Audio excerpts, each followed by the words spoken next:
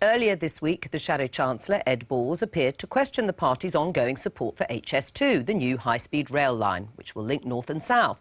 He said spending £50 billion, which is what it's projected to be, on the project may not be a good idea. Well, we sent Adam out with his balls to ask whether it should be full steam ahead for the project, or was it time to slam on the brakes? Well, the message from Labour this week on HS2 has been a bit mixed. But what will delegates here think about it? Do they want to construct it or cancel it?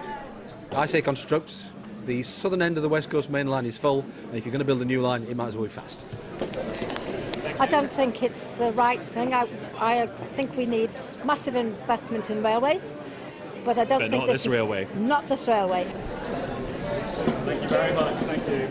The issue for me is it part of a wider transport strategy, or is it a glamour project just to build between London and Manchester? Really want a high-speed rail link back to home in Swansea. That would be my dream. So everyone should have their own personal HS? Yeah. 2, 3, 4, 5. I'm going to vote to go with HS2 because I think places like China and other countries, they've got amazing networks and they're miles ahead of us. And I think if we don't improve ours, then we're going to be left behind in the race for infrastructure.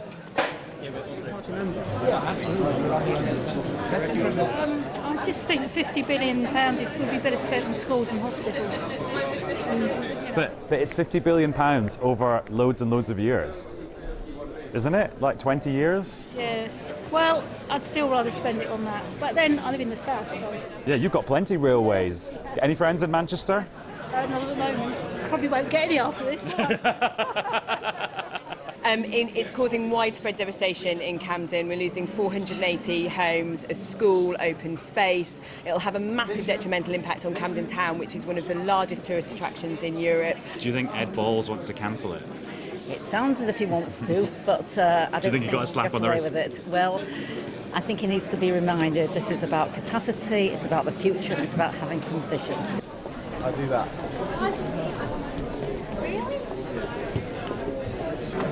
In a different way. Oh, you're anti-HS. Why cancel it?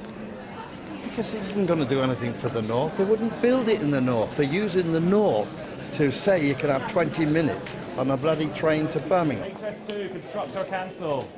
It's going to be a problem with the construction on the railways, and we need to be able to move around the country quicker. No, what he actually said was, my sister Catherine lives in Manchester and it'd be handy. Oops, there's some high-speed balls escaping. All right.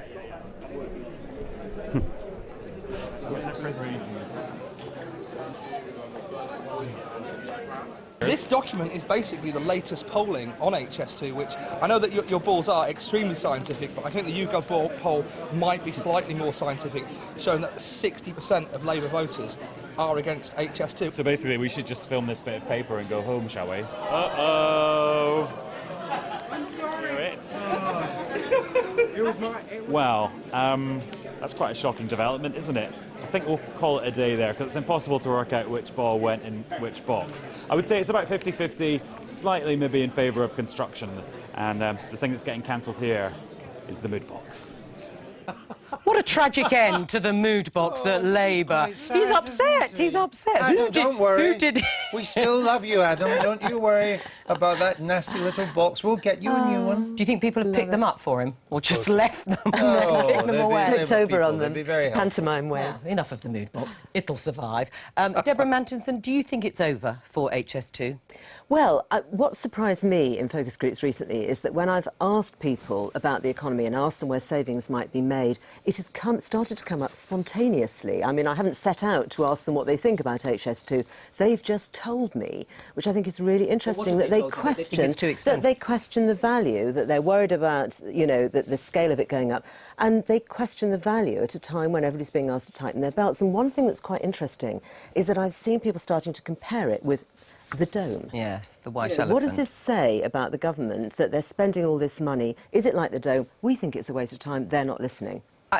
Does that mean, then, that Ed Balls and Rachel Reeves's change of tone, if you like, whether they are slowly slamming on the brakes, is that because they're now listening to the focus groups, or is it just politically opportunist because they could, with Tory rebels defeated?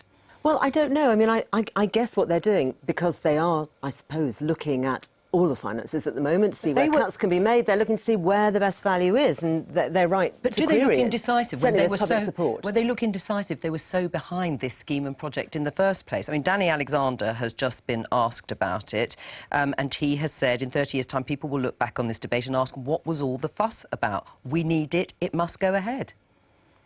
Well, they're not saying that now. That's all I can say to you. They're not saying it now.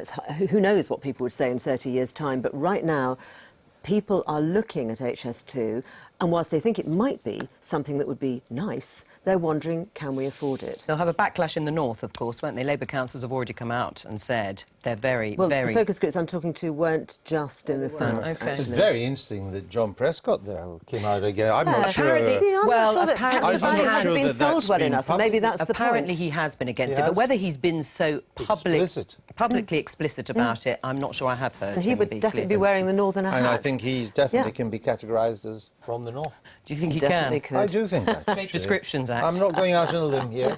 I'm quite sure of my ground.